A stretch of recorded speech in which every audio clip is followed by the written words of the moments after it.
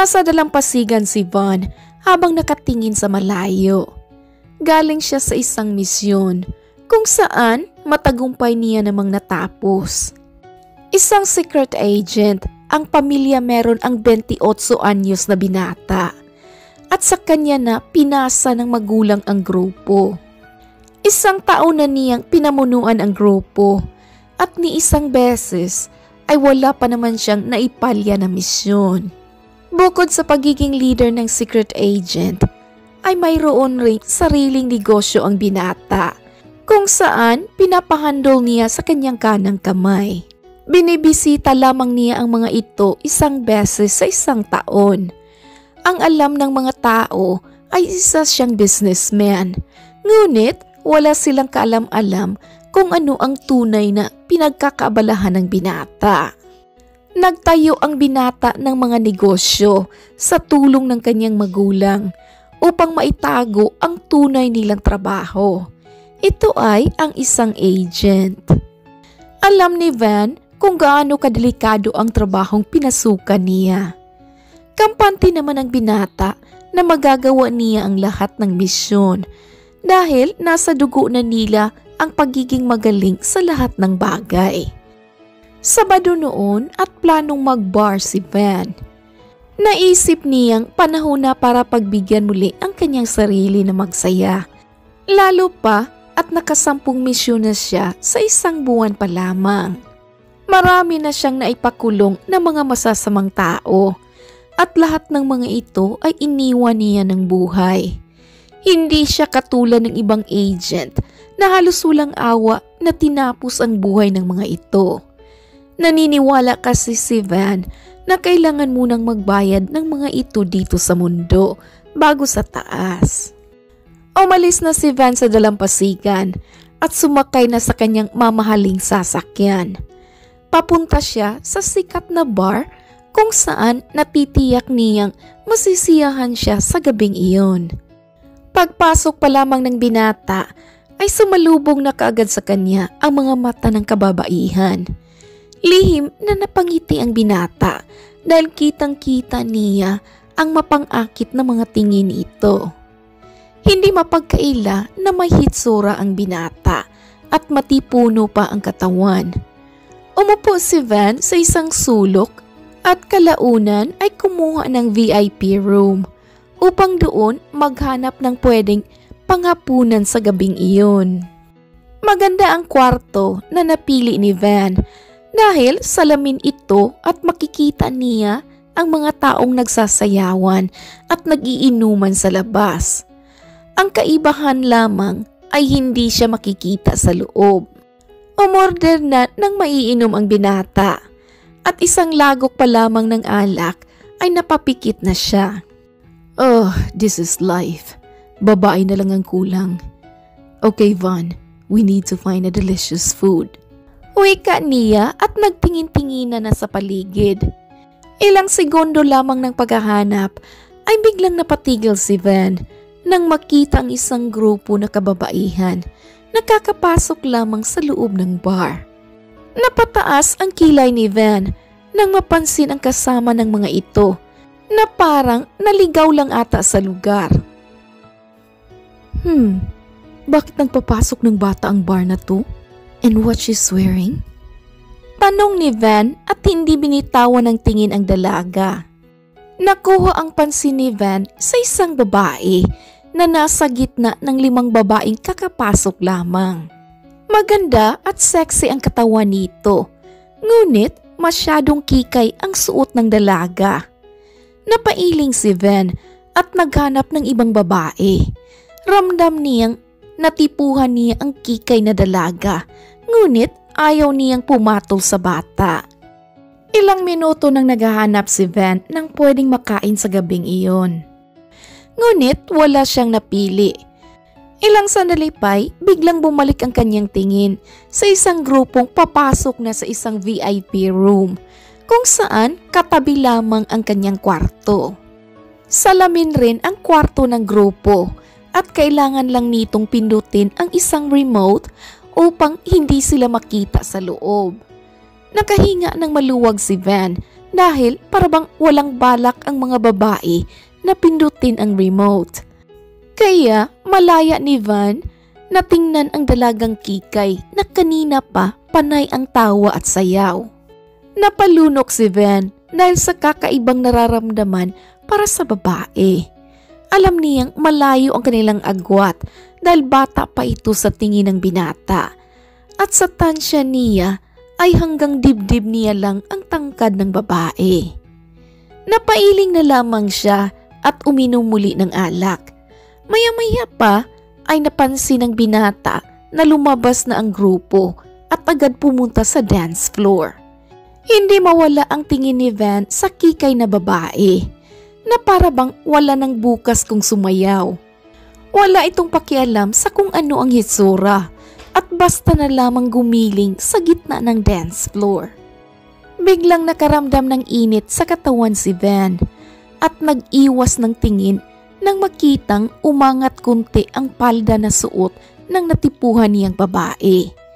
Nang ibalik niya ang kanyang tingin, ay napatayo siya bigla nang makitang may humahawak na sa kamay ng babae at parabang nakipagsagutan pa ito. Mabilis tumayo si Van at agad lumapit sa dalawa. "Hey, ano ba? I said let me go. Hindi kita type at ang music ang type ko." Narinig ni Van na sigaw ng dalaga. Sasagot pa sana ang lalaking humawak nito nang biglang hawakan ni Van ang isa pang kamay ng babae. "Hey, hindi mo ba narinig? Hindi mo ba kagad makuha ang nais sabihin ng babaeng to?" Simple lang ang pagkakasabi ni Van, ngunit kaagad umalis ang lalaki nang magtama ang kanilang mga mata. "Tsa, bakla naman pala." Saad pa ng dalaga na hindi nakatakas sa pandinig ng binata. "Oh, I thought you don't like him. Bakit parang nangihinayang ka ata, miss?" Wika ni Van na ikinakunot ng noo ng magandang babae. "Huh? Oh, I'm sorry, I can't hear you." Sagot ng babae kaya lumapit palalo si Van dito. "I said you should be thanking me dahil sinalba kita sa lalaking yun." Wika niya sa tenga ng babae. Napasingap naman ang dalaga at ramdam ni Van ang panginginig ng katawan nito. Napangisi ang binata at hinawakan niya sa bewang ang Kikay na dalaga at pasempling inamoy ang leeg nito. Napapikit pa ang binata dahil sa kakaibang amoy nito na lalong nagpainit sa kanyang pakiramdam. May sasabihin pa sana si Van sa babae, ngunit mabilis itong lumayo sa kanya at nagtatakbo palabas ng bar. Tulala na lamang ang binata at napailing nang makitang sumunod rito ang mga kasama palabas sa lugar. "What the? Well, I guess hindi iyon sanay dito. What I did is just natural."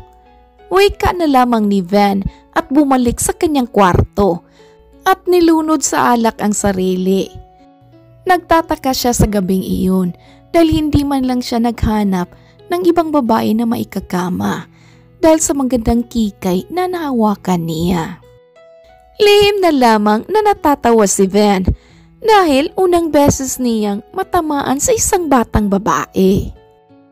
Sa kabilang banda naman ay si Scarlett na hindi matigil sa kakakuskus sa kanyang liig. Kakauwi lamang nito galing sa bar at kagad siyang naligo sa kanyang malaking bathtub. That guy, alam niya ba ang ginagawa niya? Is he trying to seduce me? Gee, nais ko lang namang sumayaw kasama ang mga friends ko at mag-enjoy dahil sa wakas ay gagraduate na kami. Pero lumapit pa talaga ang mukong na yun. Yeah, he saved me from the other guy. Pero ang halikan ako sa leeg? Yuck. Ayoko na talagang bumalik sa bar na iyon. Inis na wika ng dalaga. Gagraduate na sa kursong medisina si Scarlett at plano niyang mag-aral pa sa kursong business ed dahil iyon ang nais ng kanyang ama. Isa sa mga mayayaman ang pamilya ni Scarlett, lalo pa at senator ang kanyang ama at ina. May sarili rin silang negosyo kung saan pinamamahalaan ng kanyang ibang kapatid. At nais ng kanyang magulang na sumunod rin siya sa yapak ng mga ito kahit pa ang pagdudoktor ang kanyang nais na trabaho. Maya-maya pa ay nakarinig ng katok sa pintuan si Scarlett kaya mabilis siyang nagbanlaw ng katawan. "Scarlett, iha, open the door.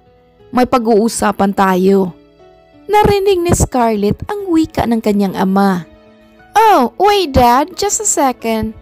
Sigaw niya at agad nagtapis ng tuwalya. Maya-maya ay binuksan na niya ang pinto at nagulat pa ang Don nang makita siya.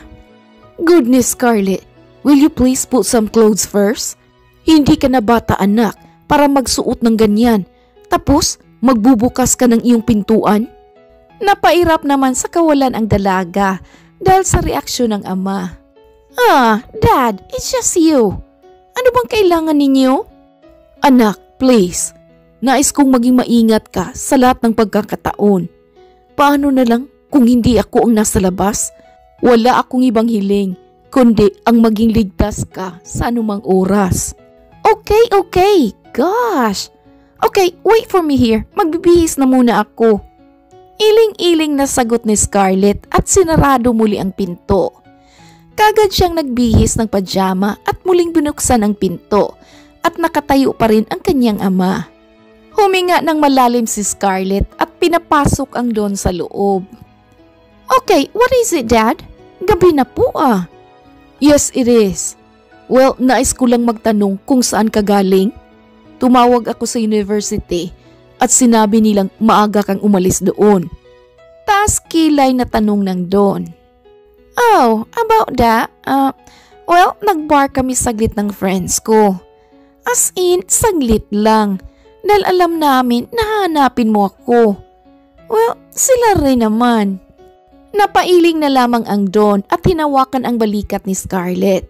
"Scarlett anak, alam mo naman kung gaano ka kadelikado sa labas. Kaya nga, nais kong may bodyguards ka. Kahit nasa malayo lamang sila as long as may magbabantay sa iyo. Dahil alam kong gagawin mo to eh." "Dad, malaki na po ako. I'm 24 na po. Kahit hindi halata dahil sa height at mukha ko. Kasi nga baby face ako eh. Pero Dad, malaki na po talaga ako. My gosh, hindi naman po pwedeng bahay at paralan na lamang ako dahil sa posisyon niyo ni Mommy. I have my own life too."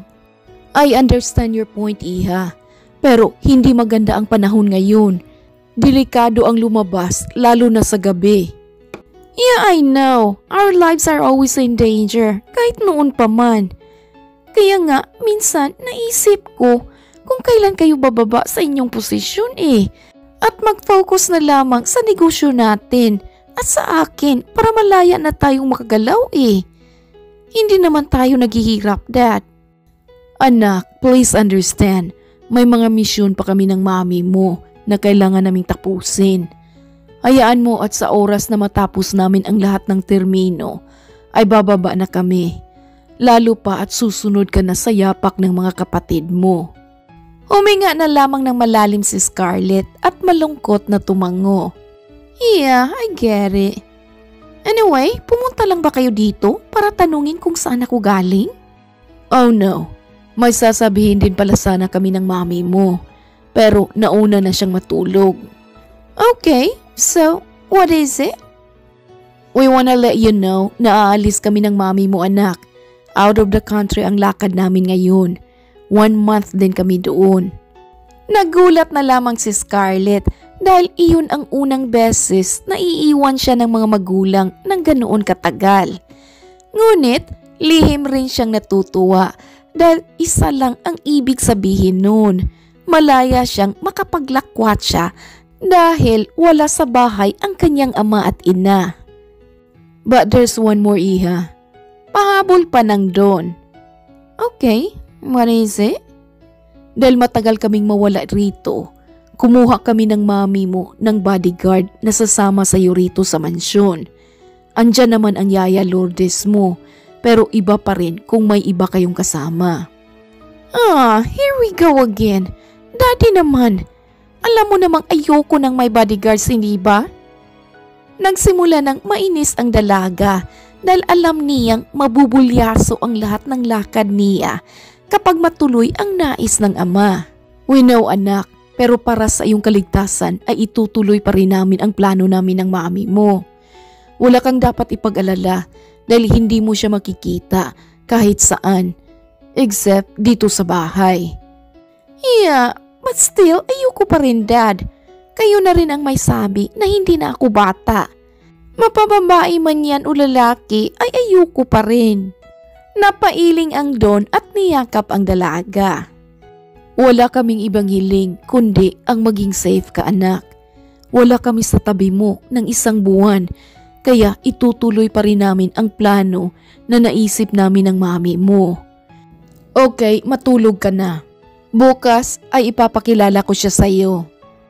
Bagsak ang balikat ni Scarlett nang makitang tumalikod na ang kanyang ama. Ayaw na ayaw niyang magkaroon ng bodyguard, lalo pa at nais niyang mamuhay ng simple sa kabila ng yaman na tinatamasa nila ngayon. Humiga na sa kama si Scarlett at pinikit ang mga mata. Ngunit napabalikwas na lamang ng bangon ang dalaga nang pumasok sa kanyang isipan ang lalaking nagligtas at humalik sa kanyang leeg. Gee, what was that? Bakit naisip ko na naman siya? Oh, please leave me alone. Una, at gwapo ka. Pero swear, nakakatakot yung anyo mo. At parang 1 kamay mo lang ay kaya mo na akong ibalibag. Parang baliw na wika ng dalaga at mabilis na humiga ulit. Nagtalukbong na lamang siya ng makapal na bedsheet at pilit itinakwil ang lalaki sa kanyang isipan. Hanggang sa makatulog siya ay nasa isip niya pa rin ang binatang nagbibigay kilabot sa kanyang buong katawan. Sa mansyon naman ni Van ay nagtipon-tipon ang lahat. Naroon rin ang binata at iba pa niyang miyembro. Dahil may dumating na request sa kanya galing sa mayamang pamilya. Maya-maya pa ay nagsimula na si Van at agad kinausap ang kanyang mga tauhan. Guys, listen. May new project tayo at kailangan ko ng 5 tao na sasama kina Mr. and Mrs. Smith sa ibang bansa. 1 buwan kayo doon, kaya galingan niyo ang trabaho. May huhuliin kayo doon at sasama sa inyo ang mag-asawa. Seryosong wika ni Van. Nagtaas naman ng 1 kamay ang kanyang 1 miyembro, kaya tumango siya rito. Wait, ang tinutukoy niyo po bang mag-asawa, Sir Van, ay ang sikat nating senators? Yup, sila nga. At saka, kailangan ko rin ng 1 maiiwan sa bahay ng mag-asawa. Kailangan nila ng isa sa atin na maiiwan sa kanilang nag-iisang anak. Hindi ko alam kung bata ba ito o matanda na. Pero sa isip ko ay baka bata ang babantayan dahil may kasama rin itong matandang babae. Pero servant, sino sa amin? Mahirap po yan, lalo pa at fully book kaming lahat ngayon sa misyon. How about tawagan nyo na lang kaya ang daddy ninyo? At hindi pa man natapos ng lalaki ang sasabihin ay nagtaas na ng kamay ang binata. No need to call dad. Ako na lang ang maiiwan dito at malaki naman ang tiwala ko sa inyo na malalagpasan ninyo ang misyon kasama ang mag-asawa. Po, maging bodyguard po kayo ng anak nila habang kami ay nasa ibang bansa? Yes, I'm sure you all can do it. Easy peasy. But don't worry about your money dahil hindi pa man kayo aalis bukas ay nasa bangko nyo na ito. Sabay-sabay na tumango ang mga miyembro at tumango na rin si Van sa mga ito. Sa gabi ding iyon, hindi inaantok ang binata habang nagsasali ng inumin sa kanyang baso. Biglang pumasok sa kanyang isipan ang napakagandang dalagang Kikay na nakausap niya saglit sa bar. Napailing na lamang si Van at uminom ng alak kasabay ang pagbuntong hininga ng malalim. Sayang at hindi ko man lang siya nakilala. Gee, get rid of her, Van. Ang bata pa nun, tapos 28 ka na. Naiiling niyang wika sa sarili at tinawagan na ang mag-asawang Smith. Hindi nagtagal ay sumagot naman ang nasa kabilang linya at kinalma ng binata ang sarili. Hindi niya napansin na pinagpawisan na pala siya dahil sa pag-iisip sa dalaga. Senator, just wanna confirm, 8 a.m. bukas, nandyan ako. Opo. Oh yeah, opo. Hindi ko po nakalimutan at handa na po ang lahat ng tauhan ko. Okay then, see you tomorrow. Binaba na kaagad ni Van ang tawag nang masigurong nasa mabuting plano ang lahat.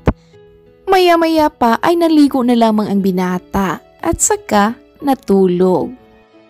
Kinabukasan, maaga siyang gumising at naghanda na ang binata upang makaalis na ng bahay.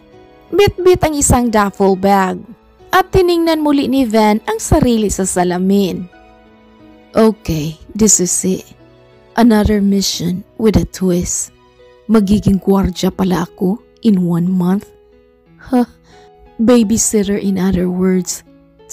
What am I thinking?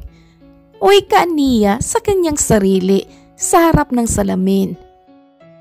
7:00 pa lang ng umaga ay nandoon na siya sa mansyon ng mga Smith. Hindi niya mapigilang mamangha sa kakaibang disenyo ng bahay, kahit pa malaki naman ang kanyang mansyon. Maya-maya pa ay bumukas ng kusa ang malaking gate ng mansyon at agad siyang pumasok. Oh, glad you're here early, Mr. Van. Ready na po ba ang tauhan ninyo?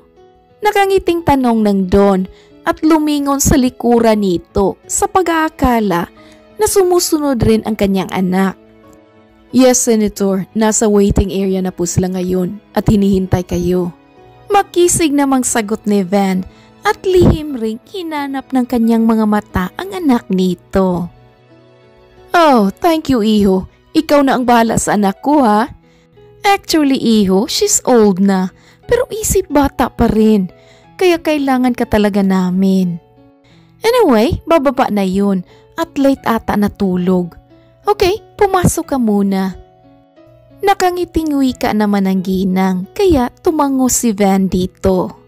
Pumasok na sila sa loob at saka naman bumaba ang isang babaeng kagagaling lang sa kwarto. Buwaghag pa ang mga buhok nito at nangungulangot pa habang humihikab. Oh, there you are, Iha. Come here. Ipapakilala ka namin sa magiging bodyguard mo.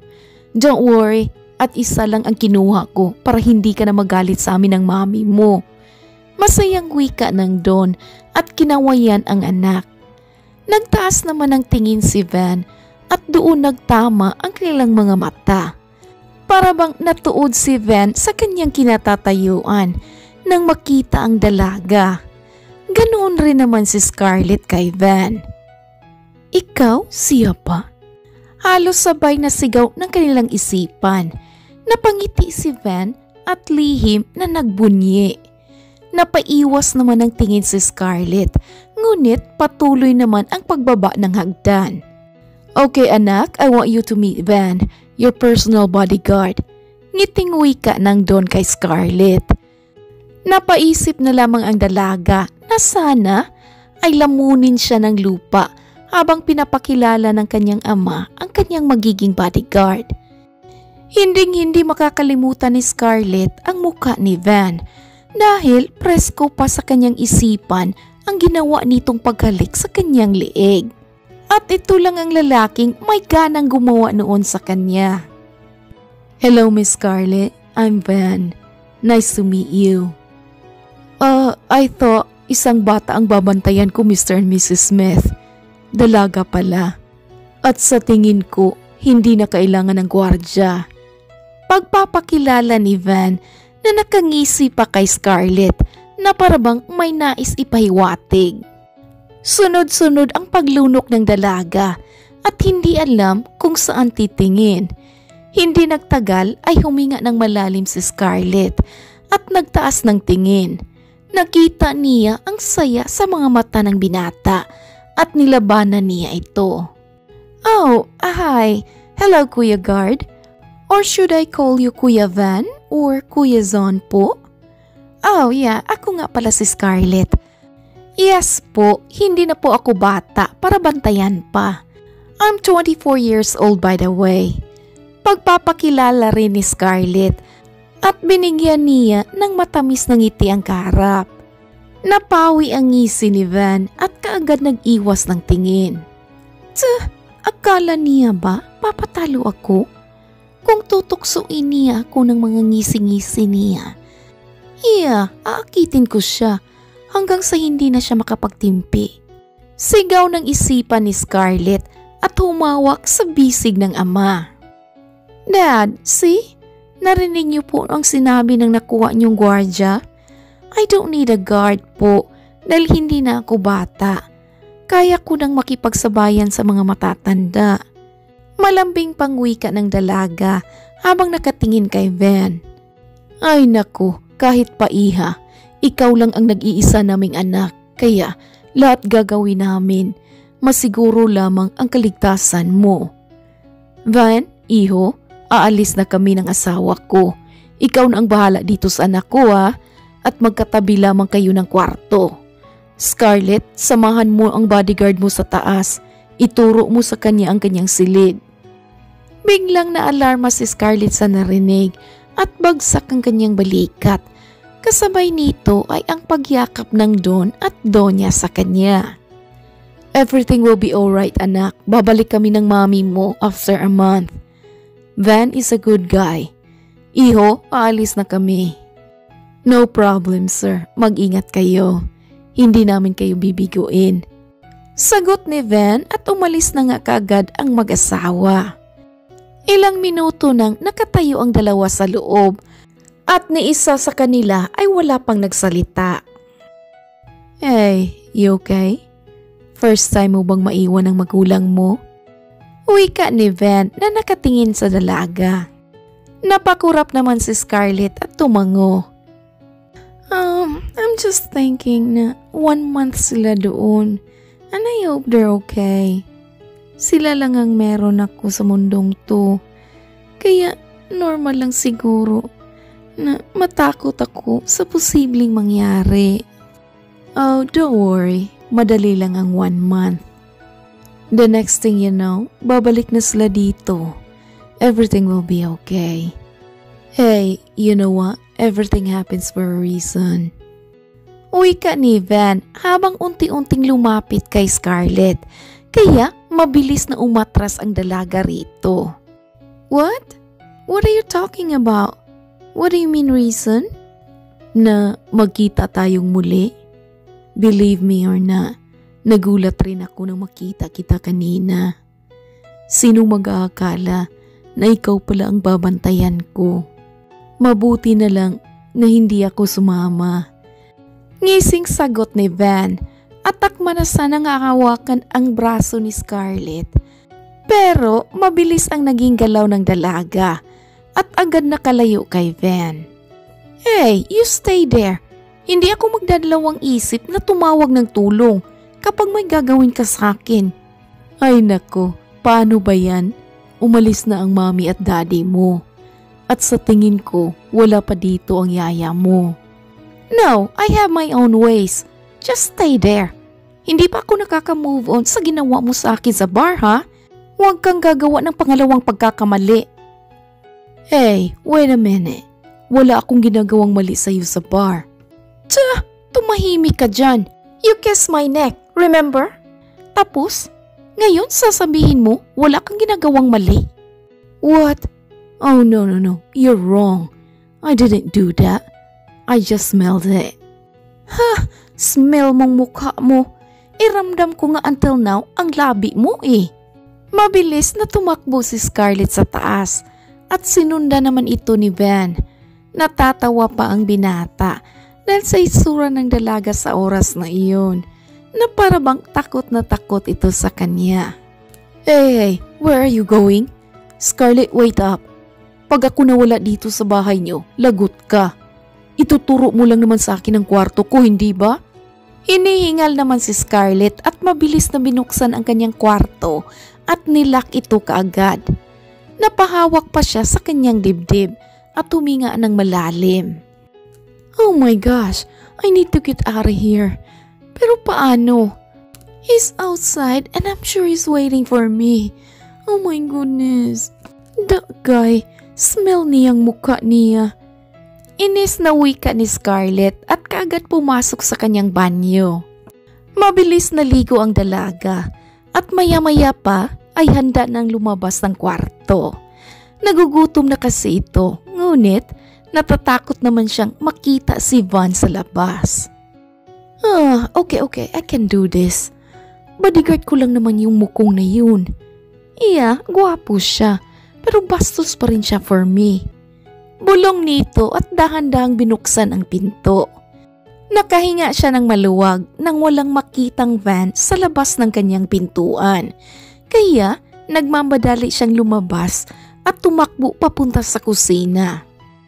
Nagmamadaling nagluto ng itlog at kanton ang dalaga habang wala pa ang kanyang gwardya.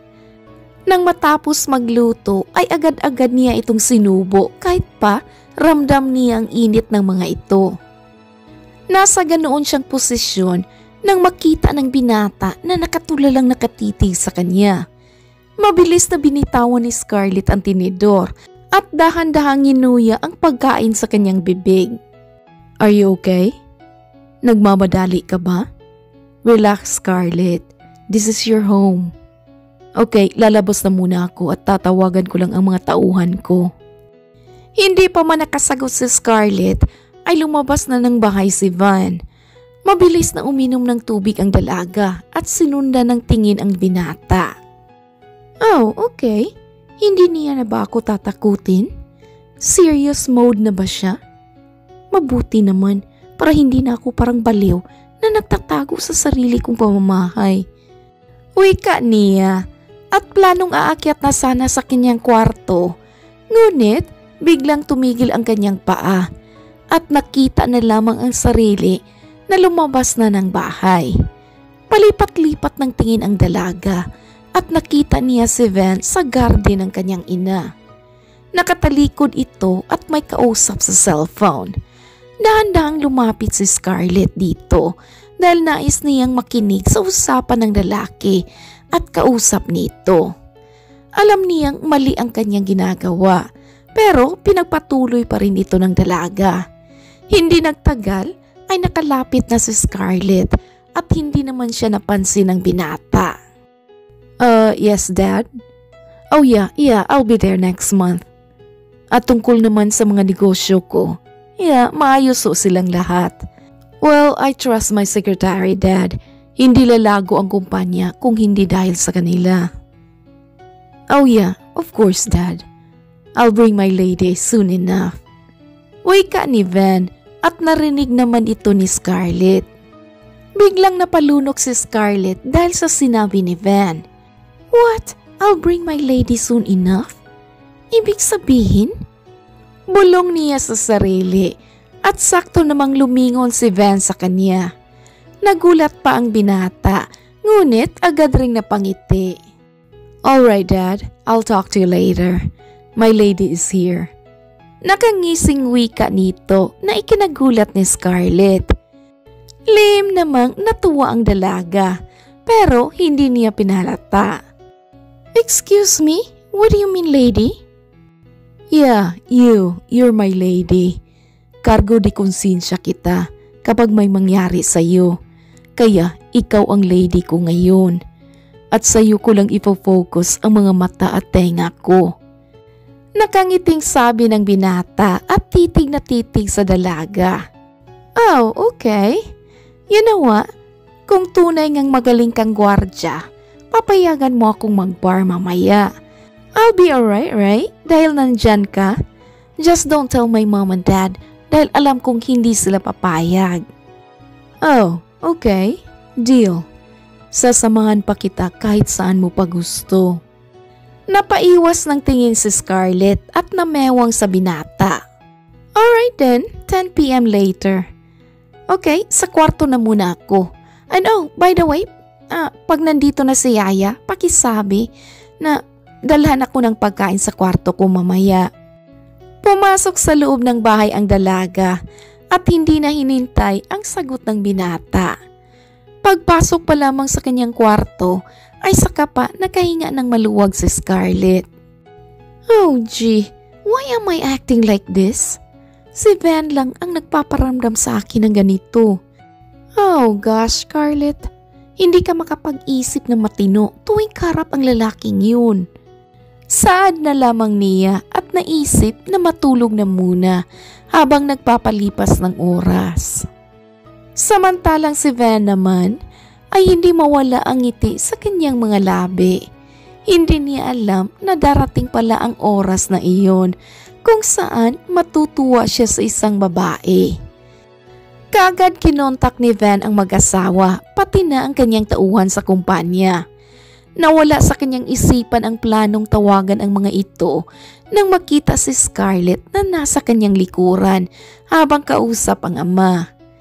Mabilis lumipas ang oras at nakita na lamang ni Van si Scarlett na pababa ng hagdan. Napataas pa ng kilay si Van dahil sa suot ng dalaga.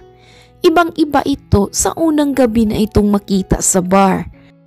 Ang kikay na dalaga noon ay isa ng diyosa sa kanyang paningin. Hey, why are you looking at me like that? Ngiting tanong ni Scarlett kaya napaiwas ng tingin si Van. Oh, sorry, you surprised me. You look like a lady now kesa nung makita kita sa bar. You know what? Nawala na ang pagkakikay mo.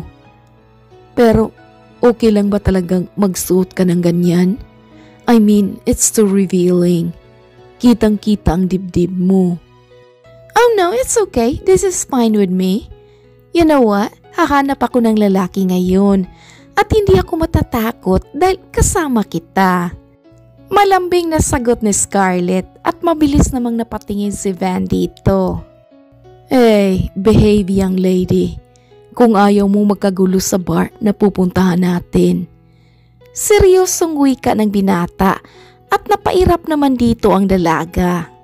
Sabay silang lumabas ng bahay at kaagad pumasok sa mamahaling sasakyan ng binata. Kaagad silang umalis at hindi na umimik pa ang binata. Pagdating nila sa bar ay napahiyaw pa si Scarlett at agad pumasok sa loob.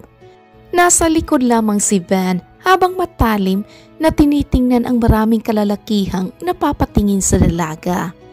Maya-maya pa ay nag-order na sila ng maiinom at ni isang lagok lamang ni Scarlett ang laman ng kanyang baso. Hey, dahan-dahan lang at baka malasing ka kaagad. Wika ni Van dito.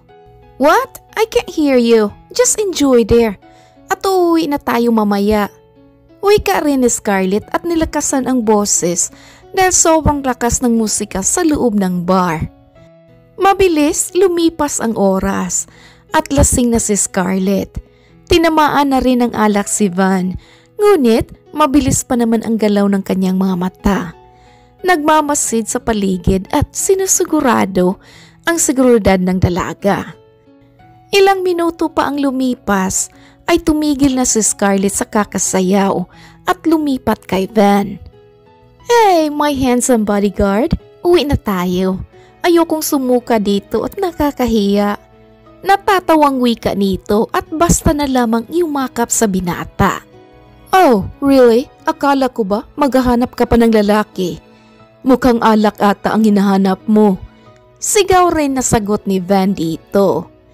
Tumawa ng malakas si Scarlett at umalis sa yakap ni Van at hindi nito namalayan ang isang babae na papalapit.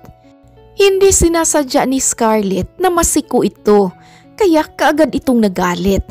Kumuha ng alak ang babae at walang pagdadalawang isip na isinaboy sa mukha ng dalaga.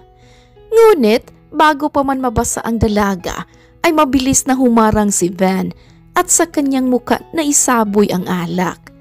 Napapikit ang binata at maya-maya ay seryosong tumingin sa tulilang babae. Get out of my sight right now. Dahil sa oras na makikita pa kita rito ay magsisisik ka. Madilim ang mukha ni Van habang nagsasalita. Napasingap naman si Scarlett at ganoon rin ang babae kaya mabilis itong tumakbo palabas ng bar. Oh my, I'm sorry Van. Okay, let's go home. Wika ni Scarlett kaya napatingin si Van dito. Hindi sumagot ang binata, ngunit agad itong hinawakan ang kamay ni Scarlett at umalis na sa lugar. Habang nasa biyahe ay hindi magkamayaw si Scarlett sa paghahanap ng tissue upang ibigay kay Van. Van, will you please stop the car? Patutuyuin muna natin ang damit mo. Bakit mo kasi iyon ginawa eh? Ikaw tuloy ang basang-basa ngayon. Utos ng dalaga at walang imik namang itong sinunod ng binata. Nang maitabi na ang sasakyan ay mabilis na hinubara ni Scarlett ang binata. At hindi man lang nagdadalawang isip sa pagpahid sa basang mukha, leeg at dibdib nito. Tulala lamang ang gwapong si Van dahil hindi ito makapaniwala sa ginawa ni Scarlett sa kanyang katawan. Nang mapansin ni Scarlett ang katahimikan ay napatigil siya. Kaagad nag-init ang kanyang mukha at dahan-dahang nagtaas ng tingin. Sabay silang napatitig sa isa't isa at sabay rin silang napalunok nang magbaba ang kanilang mga paningin sa kani-kanilang mga labi. Let's go. Pag-iwas ng tingin ni Van. Ngunit bago pa nito paandarin ang sasakyan ay nahawakan na ni Scarlett ang kanyang mukha. Hey, can I kiss you? I'm sorry, I just wanna kiss you. Bulong ni Scarlett at napasingap naman ang binata rito. Scarlett, hindi mo alam ang ginagawa mo. Baka pagsisihan mo ito. No, I won't. I know what I'm doing. Naisip ni Scarlett na baka sa alak, kaya niya ito naramdaman. Ngunit malakas ang tibok ng kanyang puso na parabang gusto niyang halikan ang kanyang bodyguard. Dahan-dahang nagtagpo ang kanilang mga labi at napahiga naman ang binata sa kanyang kinauupuan. Napapikit na lamang si Van habang nakayakap sa mainit na katawan ng dalaga. Kaagad nagising ang kanyang alaga at galit na sa mga oras na iyon. Bumaba ang halik ni Scarlett sa liig ng binata at natatawa pa si Van dahil halatang hindi marunong ang dalaga. Hey, I'll do the rest. Bulong ni Van at sa isang iglap lamang ay nagpalit na sila ng posisyon. Nasa ilalim na si Scarlett at nasa ibabaw naman ang binata. Kaagad sinakop ni Van ang mga labi ni Scarlett at napapaliyad pa ang dalaga tuwing dumadaos-dos ang kamay nito sa kanyang pribadong parte ng katawan. Maya-maya pa ay naibaba na ni Van ang manipis na damit ni Scarlett at tumamba dito ang malulusog na dibdib ng dalaga. Puno ng pagkamangha ang mga mata ni Van at walang pagdadalawang isip na sinunggaban ang ito. Liyad na liyad ang katawan ni Scarlett sa mga oras na iyon at nasasabunutan na niya ang buhok ni Van. Para namang batang sanggol ang binata na parabang uhaw na uhaw sa gatas ng ina. Nang magsawa ito ay kaagad itong bumaba sa ibabang parte ni Scarlett. Namangha pa ang binata na amoy bulaklak ang ibabang parte ng dalaga. Hindi na nagpatumpik-tumpik pa ang binata at basta na lamang sinunggaban ang petsay ni Scarlett. Napahiyaw pa sa gulat si Scarlett at sa nararamdamang kakaiba, ngunit hindi pa rin tumigil ang binata. Katulad ng paglalaro nito sa malulusog na dibdib ni Scarlett, ay ganoon rin ang ginagawa nito sa bulaklak ng dalaga. Hanggang sa hindi na mapigilan ng dalaga ang nararamdaman. At basta na lamang hinayaan na sumabog ang kakaibang kiliti sa ilalim ng kanyang katawan. Parang lantang gulay ang dalaga matapos ang ginawa ni Van.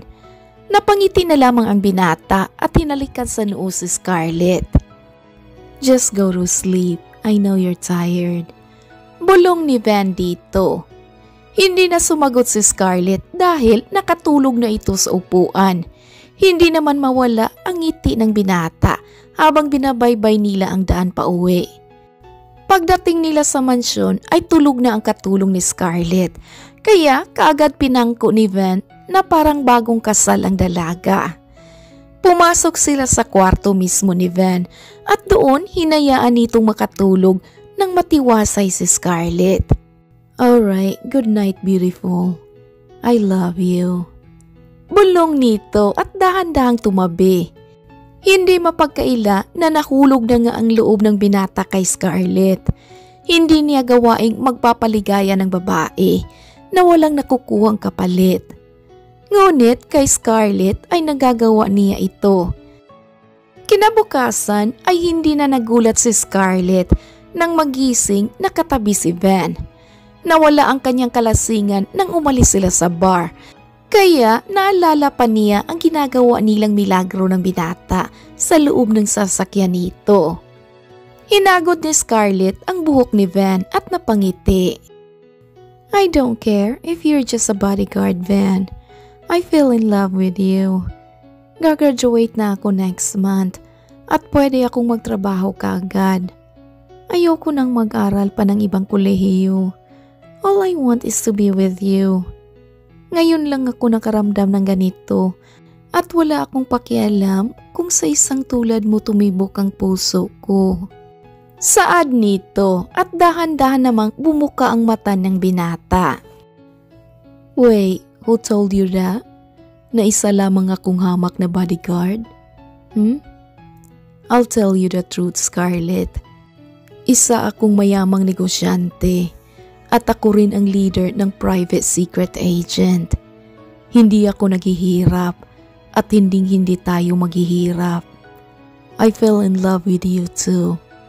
Unang kita ko pa lang sa'yo ay may kakaiba na akong nararamdaman." Napatulala na lamang si Scarlett at para bang hindi makapaniwala. Natatawa na lamang si Van at niyakap ang babae. "I love you." "Same here. I love you so much. Oh, wait. May utang ka pa sa akin ha? Ikaw lang ang natutuwa kagabi." Biro ng binata dito. "What? Okay. But hey, not right now." Kindat ni Scarlett at ikinatawa ng binata. Mabilis lumipas ang araw at nakauwi na ang mag-asawa sa kanilang mansyon. Nagulat pa ang mga ito nang ibalita ni Scarlett ang tungkol sa kanila ni Van.